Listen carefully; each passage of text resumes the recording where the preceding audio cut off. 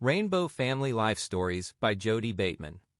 Interviews with Rainbow Family of Living Light folks conducted between 1977 and 2008. Scanned in 2018. Jodey Bateman may be contacted on Facebook, 04.F.Sunny2, the plant's messenger. Sunny. People have always trusted me. I'm a trustworthy person, but I don't like talking about myself. I was born in St. Paul, Minnesota in 1951. My father was of German and Bohemian lineage. My mother's family was the one I was closest to. That's just how it went. They were Irish. We had a really strong motherhood. We lived in St. Paul by Ham's Brewery. Oh God, you'd get these smells from the brewery and from South Street. Paul, which was meatpacking, you'd get a combination of smells. It was Waptown, and it was also a very heavy Polish neighborhood. I remember we used to have to go to church all the time.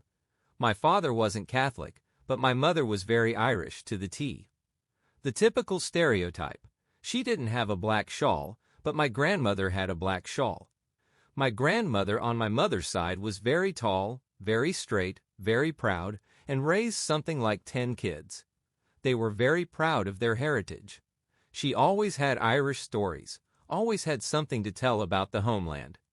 Irish pictures, everything, superstitions. I mean Irish to a T. Pro-IRA, you know Irish Republican Army? I always wanted to go back to Ireland. She died when I was 7. She died at home. I remember the day real well. We all went in and kissed her goodbye and she was dead. My father worked on the railroad. My mother met him at a bar on Payne Avenue, which is now all strip joints. He went off to the service in World War II. She had my oldest sister when he was gone. He came back and I guess he was a really changed man. He resigned and everything, and he was in the service for like 8 years. So by the time my mother had me, she was 38, because he was gone for so many years. When he came back, he had a really hard time adjusting. He used to take his sleeping bag and go far away and camp every night. He couldn't sleep indoors, and he was really shell-shocked. He was on the front lines. See, they put poor people on the front lines even back then. He came back and we couldn't find housing, so we lived in army units in the Quonset huts. I remember them so well. I must have been 2 when we moved in. And there were rows and rows and rows and rows of Quonset huts, and it was all poor people that couldn't find housing when they came back from the service. Summer in Minnesota is so hot and humid, and it was all aluminum on the siding. You couldn't touch the siding because the sun would beat down. No trees around, and the sandbox was full of wood ticks you'd have to burn out of your hair at night. I remember the families there really well. We all used to play together. The Iceman used to come by and he'd throw out chunks of ice to us kids.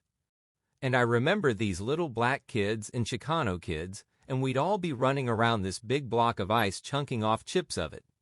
And I remember the ragman going through the neighborhood with the horse and the buggy yelling out, "Rags, rags." My mother would give him the rags. The ragman and I were really friendly because I was so amazed by his horse. He'd pull me up and I'd ride on his cart with him around the Quonset huts yelling, "Rags! Rags!" I had a great time with the ragman. We lived there until I was about 10 in Quonset huts in Waptown. But it was so heavily with Polish that the Poles wouldn't refer to it as Waptown. They'd refer to it as this long Polish name. We used to go to church and see all these little Polish women with their babushkas reciting the rosary in Polish. My early recollections of Catholicism was this very old-type church, the church we went to, St. Casimir's. It looked like it came from a Polish town. This old church and inside, not ordinary Jesus and Marys, but it looked like Polish Jesus and Marys with their shawls on. The priests were all Polish. The whole service was conducted in Polish. Us kids would sit there. I think that was my early boredom with Catholicism after the fascination with the old Polish women. Not very many Polish men. It was all Polish women, rows and rows with their rosaries. And we'd go after church and have goulash with them, Polish stew. My mother and my father finally got enough money saved to put down on a house. The feeling that went on between my mother and my father's brother was incredible because he was rich. When you were rich in our family, it was like you weren't even family. My father's brother was president of Brown and Bigelow. It was like a publishing company. He had a big house and we used to go there on Christmas, and everybody put all our Salvation Army clothes on. My mother still talks about how she couldn't stand those people because my mother and father wanted to borrow $500 from them to make a down payment on a house, and they'd just give her so much shit because she had the audacity to go ask them for the money. It was in 1964, when I was 10 years old, my father was killed on the railroad. He was a switchman. They didn't tell him they were switching tracks, so a train hit him and he was cut in half and died instantly. I remember that night real well. It was December 18th, a week before Christmas. My mother had saved up all her pennies to buy us little gifts. It was a knock on the door, and this priest came to our house like in the movies. And I remember my mother's wail drifting out through the night. She had $1 in her pocket, that's all she had, didn't have any money in the bank. She was all freaked out. It was a really awful Christmas. The only way we survived through that was my mother sued the railroad, which I was really glad she did. I never thought of it, this little woman taking on this corporate giant, the railroad. And it was really an ordeal for us. By the time the case came to court, it was late spring. We missed a lot of school and we had to go to court, and it was so hot. She found this lawyer that would do it for free, and if she won, he would only keep 10%. The lawyer used to drive us to court every day. It was in Rochester, Minnesota for some reason, 60 miles away. We couldn't afford to stay in a hotel, so we had to drive back every day. I remember sitting in a courtroom seeing all these grisly pictures of his body, and all his friends would be up on the stand crying and saying it was the company's fault. It made the papers and they made a settlement. They gave my mother something like $40,000 for his death.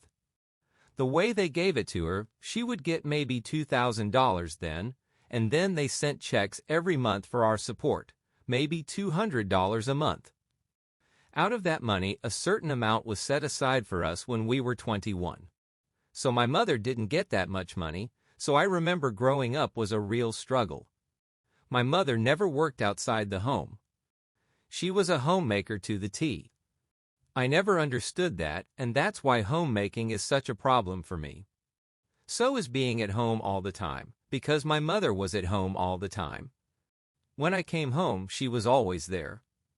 She never dated, she never went out, she was always there for us. Her and my aunt, the one that died, would spend their lives together, didn't have any friends. Actually, it was a very sad existence for my mother, which I didn't realize at the time. Her major thrill in life was junking, hitting the second-hand stores and the Salvation Army. That's the only way we could get anything, and that's why I'm such a junker. So my mother, because she was such a heavy Catholic, she really did everything in the world so we would get a Catholic education. I mean, my mother gets the Catholic Worker. She gets all these newspapers from the Catholic Church. I mean, she'd send her last dollar to the Pope if she could, which I thought was totally ridiculous. And maybe it was because it was that heavy. I rebelled so much. I was an early rebel. There were 5 of us kids. I was the 4th girl. They really wanted me to be a boy. So that's why they called me Charlotte, which is my real name, so they could call me Charlie. My grandpa called me Charlie, and I was pretty much of a tomboy. I lived up pretty much to their notions. My mother sent us first of all to the grade school at St. Casimir's. My sisters got through it okay, but when it came to me, I had a pretty hard time, maybe because of the environment I was in, because I was so sick of Catholicism. I think until the 6th grade, I was a good little girl with my little Catholic uniform on, helping the nuns on Saturdays. Up to then, I had wanted to be a nun, and everybody was so happy, my mother was so happy. And then one day, I had this great vision that I did not want to be a nun. That's when they had those big habits, and how the hell could they wear those things in the summer? And that's when I changed my mind. I did not want to wear those heavy black outfits. These nuns, the only part of their whole body that showed were their hands and their nose and a little bit of their eyes. The rest was garb. I decided then that I did not want to wear that uniform. This one nun had given me this beautiful statue that you could open up at the bottom and I could put my treasures in. They wanted me to put my rosary in it. And I told them one day that I didn't want to be a nun and she wanted her statue back. That's when I said, that's it. If that's the way these Catholics are, I would rather do something different. So that was my start at bucking as many nuns as I could all through Catholic school. My mother, the poor widow, put us through school. My mother paid a little bit of money and we worked on Saturdays at the school. Most of us wanted to go to public school and have a good time. I had a hard time, I think, because the nuns were so frustrated sexually that they were very, very hard to deal with people. We used to make up stories about how they used to hide behind curtains with the priests. After school we'd go in and scale the communion rails and try to get into the Holy Grail that nobody should touch, or else you'd go to hell, you know. So I got expelled from grade school in the 7th grade. But they made them take me back because my mother was the widow, you know. I made it through grade school mainly because of the Chicano family, that kind of adopted me. They used to adopt everybody. They had so many foster kids, and they had 10 kids of their own, like 15 kids in their house. They lived a block away from me, and they were called the Rodriguezes. And Mary and Christine Rodriguez were like my best friends. So I spent all my time over there, and they were still heavily Catholic. They were even worse than my family. We'd have to kneel down and say the rosary at the Rodriguez when the clock struck 6 every day. Okay, kneel down and hit the rosary. But we'd do it in Spanish. I thought that was quite exciting. It wasn't like the Polish rosary, and it was so boring in English. I would hang out there most of the time, and I was known as Charlotte Rodriguez and Carlita. So I got through grade school, and I had to go to Catholic high school, which I really didn't want to do. I remember the first time I went to Catholic high school, I was sitting very quietly in the library, and I wasn't thinking of getting into trouble. And I was yanked up by my collar and thrown into this room, and the door slammed on me. And I remember this real heavy-duty nun, this real short, squat, evil-looking being who opened the door. My last name is Brayback. She goes, "You're Brayback. I know you're a Brayback. Your sisters have been here before you. I've come to warn you about your upcoming 4 years of school. If you dare to do anything, this is what's going to happen to you." Slam? I said, just wait. I'm going to do everything to grate these sexually frustrated spinster women. So ever since then, I started this reign of terror in high school with a few friends. Most of the girls that went to high school were from nice backgrounds, except for a few of us that were bussed in. There'd be some black girls and a few of us from my neighborhood. We'd do everything constantly. We'd smoke in the bathrooms, and it would just freak them out because how they can smoke in the bathrooms, but back then, that was 1963. I'd get about 7 other girls after we'd sleep through class, and we'd go to the bathrooms, and we'd just puff cigarette after cigarette, and we'd open the door, and the smoke would just drift through the hall, and we'd split. And we'd have little flasks of whiskey to cover our breaths up when we'd smoke. We didn't care if they caught whiskey on your breath, but you'd get kicked out if you got caught smoking. Then we'd go turn on the fire alarm and watch all the fire trucks come to the scene. It was pretty horrendous. I remember out of the whole 4 years, I only had 2 nun friends. One was in 9th grade. She was so wonderful. She tried to understand me instead of getting on my case. I was so thrilled with her, but it was only like 4 months. I came back to school, it was like, "Where is she?" And she'd quit. And another nun did the same thing in the 11th grade, and the rest of the nuns, I couldn't stand. I did everything possible to be expelled. I finally was expelled twice. I was expelled once because I skipped class. This was an authoritarian school. You couldn't even go out of the building. We'd skip class and we'd go to the infirmary and hide under the beds. How boring it was to go to the infirmary and hang out under those dusty beds. Anything to get out of class. One time, the principal of the school, she was like an iron hand.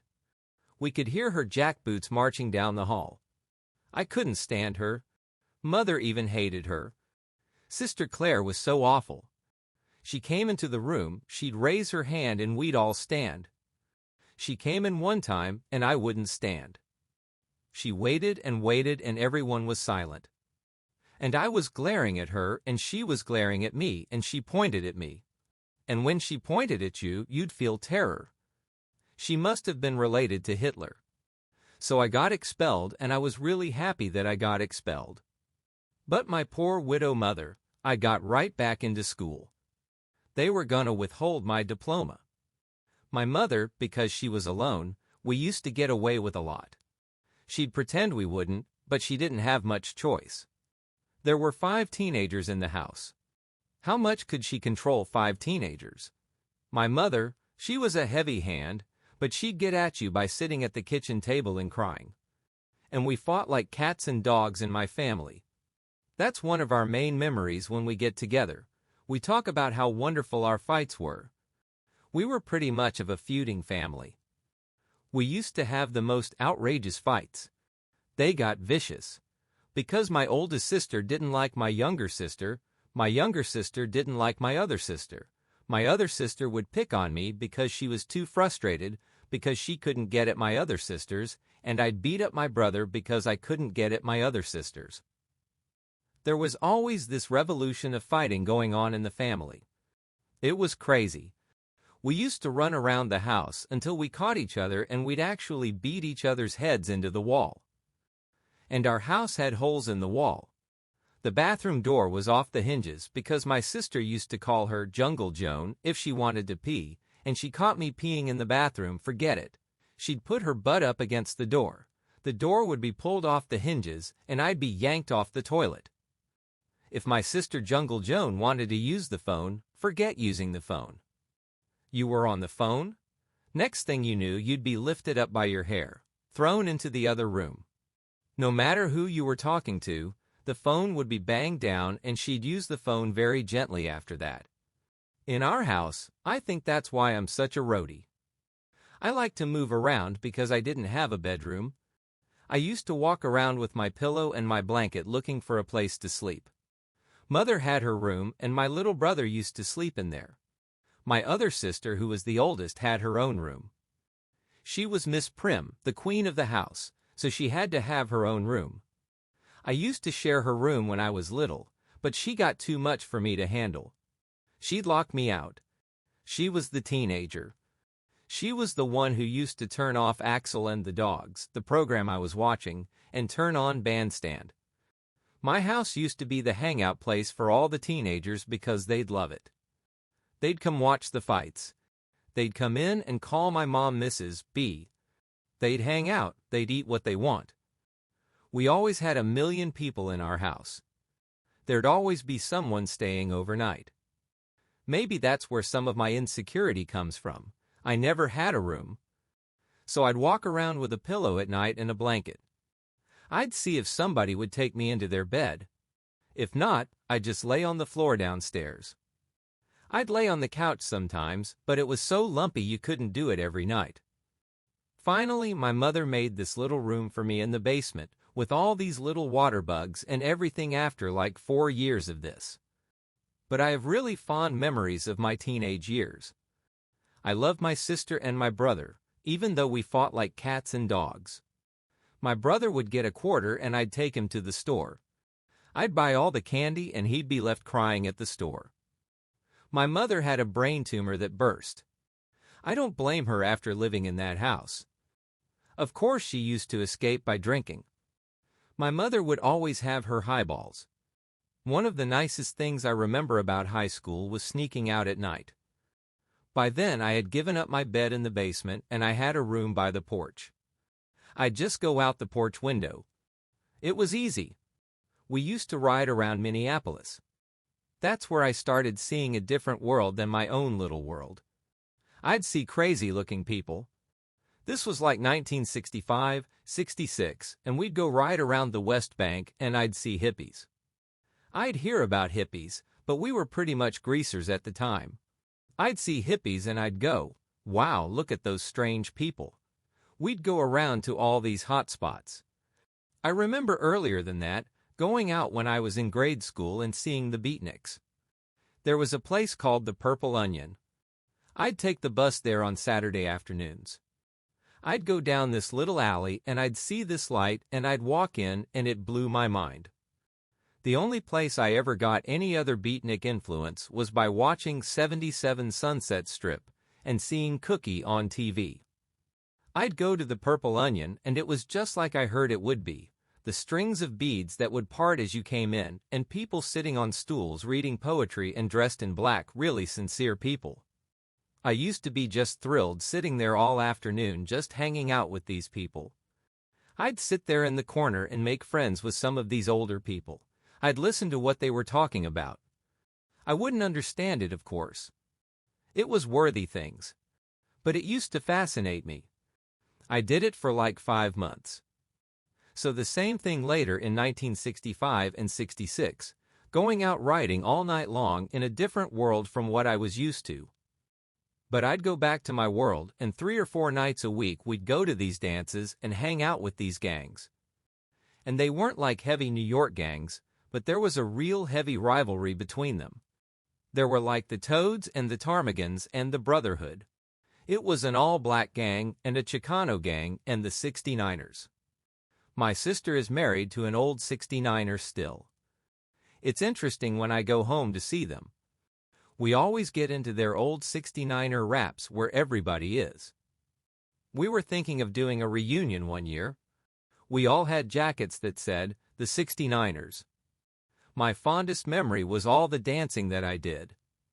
It wasn't just on weekends we'd go to these dances, it was every night. I don't know how we could afford it. We'd trade in pop bottles. We'd go to raise hell.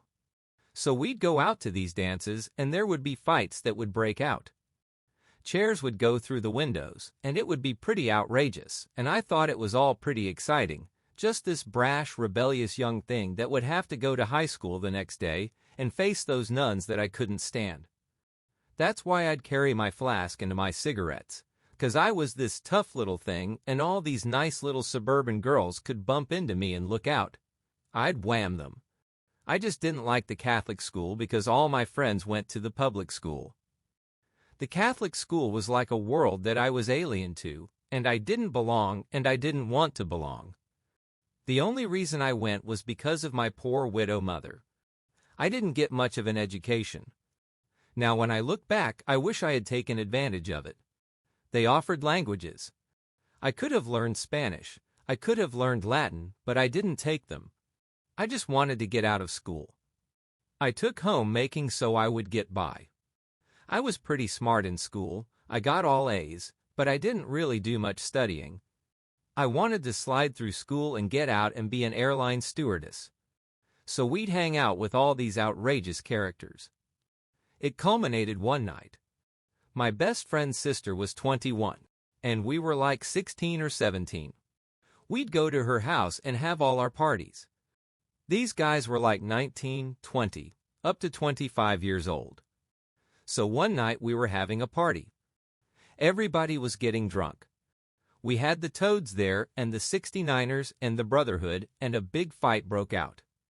People were jumping out of second-story windows and sirens were coming. We wanted to get out of there. We went out. I was pretty looped. I really didn't like what was going on inside.